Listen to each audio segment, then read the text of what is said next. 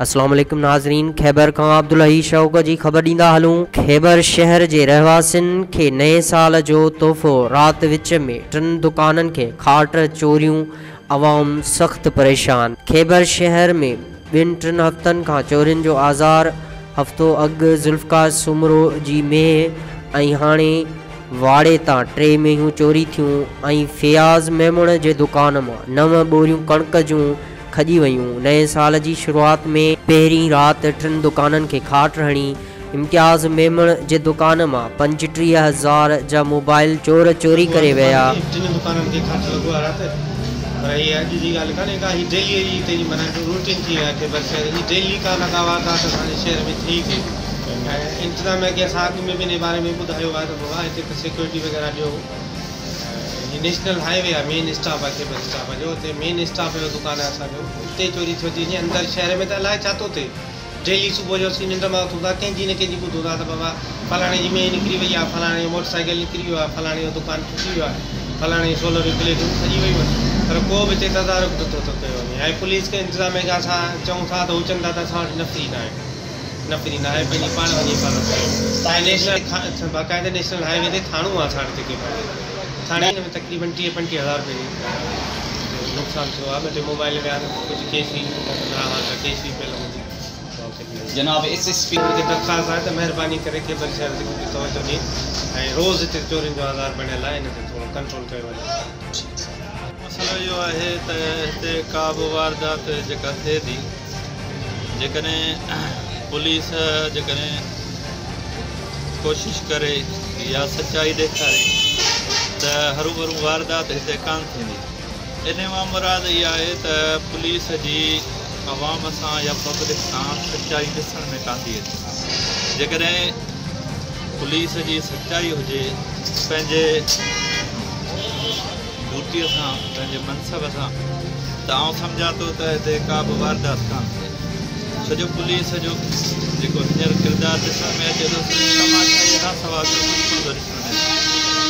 ऐं पुलिस जी सचाई हुजणु लाज़मी आहे। जेकॾहिं अॼु मूंसां थी आहे, अॼु वरी हींअर भाऊ वारनि सां थी आहे, सुभाणे ॿियनि सां थी आहे, इहो जेकॾहिं तसलसल बरक़रार रहियो त पोइ पुलिस जे हुजण जो को फ़ाइदो कोन थींदो। पुलिस जो हुजणु इन जो फ़ाइदो कहिड़ो थियो, जॾहिं बुनियादी ज़रूरत अमन अमान जी आहे ऐं अमन अमान जेकॾहिं पुलिस ॾियण में नाकाम आहे त पोइ पुलिस जे हुजण जो फ़ाइदो पब्लिक खे कहिड़ो थियो। पहिरीं त सुवालु इहो आहे। ॿियो इहो त पुलिस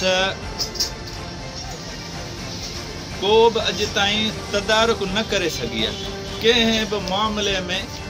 इवन एसी ताईं जो का बि चोरी थिए थी, लास्ट टाइम बि जेकॾहिं जेके चोरियूं थियूं आहिनि उन्हनि जो बि कोन थियो आहे।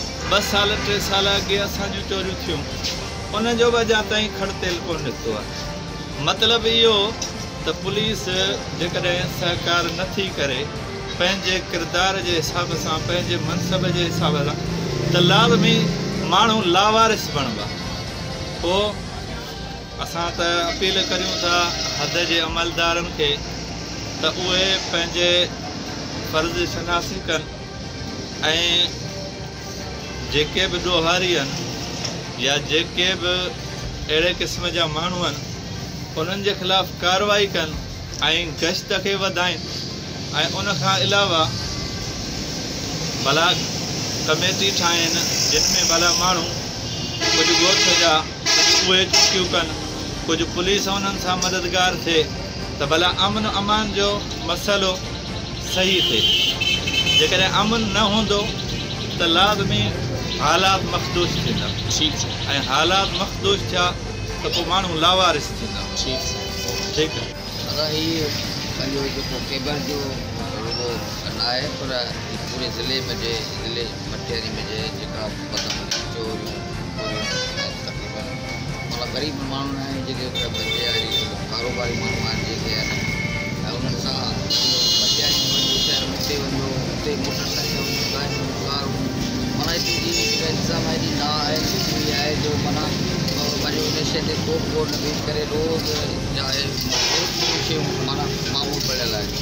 त किथे कंहिंजी मोटरसाइकिल, किथे कंहिंजी कार चोरी, किथे कंहिंजी मेयूं निकिरी थियूं वञनि, कंहिंजे दुकान मां ताड़ो थो लॻे, हणियो थो वञे। ऐं पर ख़ामोश आहे।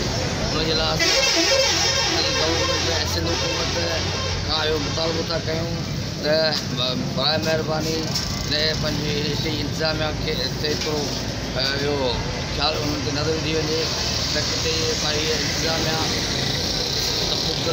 मुग़ल आहे जेका जेके थियनि पिया ऐं बिल्कुलु ख़ामोश बणियल आहे हिते इंतिज़ामिया, ख़ासि करे दिल्ली मटियारी जो जेको अखबाला आहे जेका वेठा आहिनि। असां उन्हनि खे चऊं था त महिरबानी करे हीअ जेके शइ पंहिंजी शयूं आहिनि इन ते गौर कयो ऐं पंहिंजी शयूं रुकियूं वञनि ऐं पुलिस जी नफ़ी वधाई वञे, माण्हुनि जे जान ऐं माल जो ख़्यालु रखियो वञे। अहमद अली सुमरो ऐं अजो नूह पोटरो जे दुकाननि खे टोड़ियो पर छित RCC हुजण करे चोरी न करे सघिया। खैबर शहर जे वापारियुनि ऐं दुकानदारनि, सियासी ऐं समाजी अॻुवाणनि इम्तियाज़ मेमण, जुल्फ़कार सुमरो, अहमद अली सुमरो, STP अॻुवाण रसूल बख्श सोलंगी, समाजी अॻुवाण नज़ीर मेमण, सहाफ़ी अज़ीज़ गुल खैबर, रजब खैबर ॿियनि मीडिया सां ॻाल्हाईंदे चयो त ॾींहं ॾिठे जो मोटरसाइकिलूं चोरी थियनि थियूं, राति जो दुकाननि खे खाट ऐं राति जो घरनि में चोर सुम्हणु नथा ॾियनि। पुलिस घोर निंड में सुतल आहे। असां SSP मटियारी DIG हैदराबाद खां मुतालबो था कयूं त चोरनि ख़िलाफ़ क़दम खणी चोरियूं वापसि कराए खैबर जे रहवासियुनि खे तहफ़ुज़ फ़राहम कयो वञे त जीअं अवाम आराम सां निंड सुम्ही सघनि।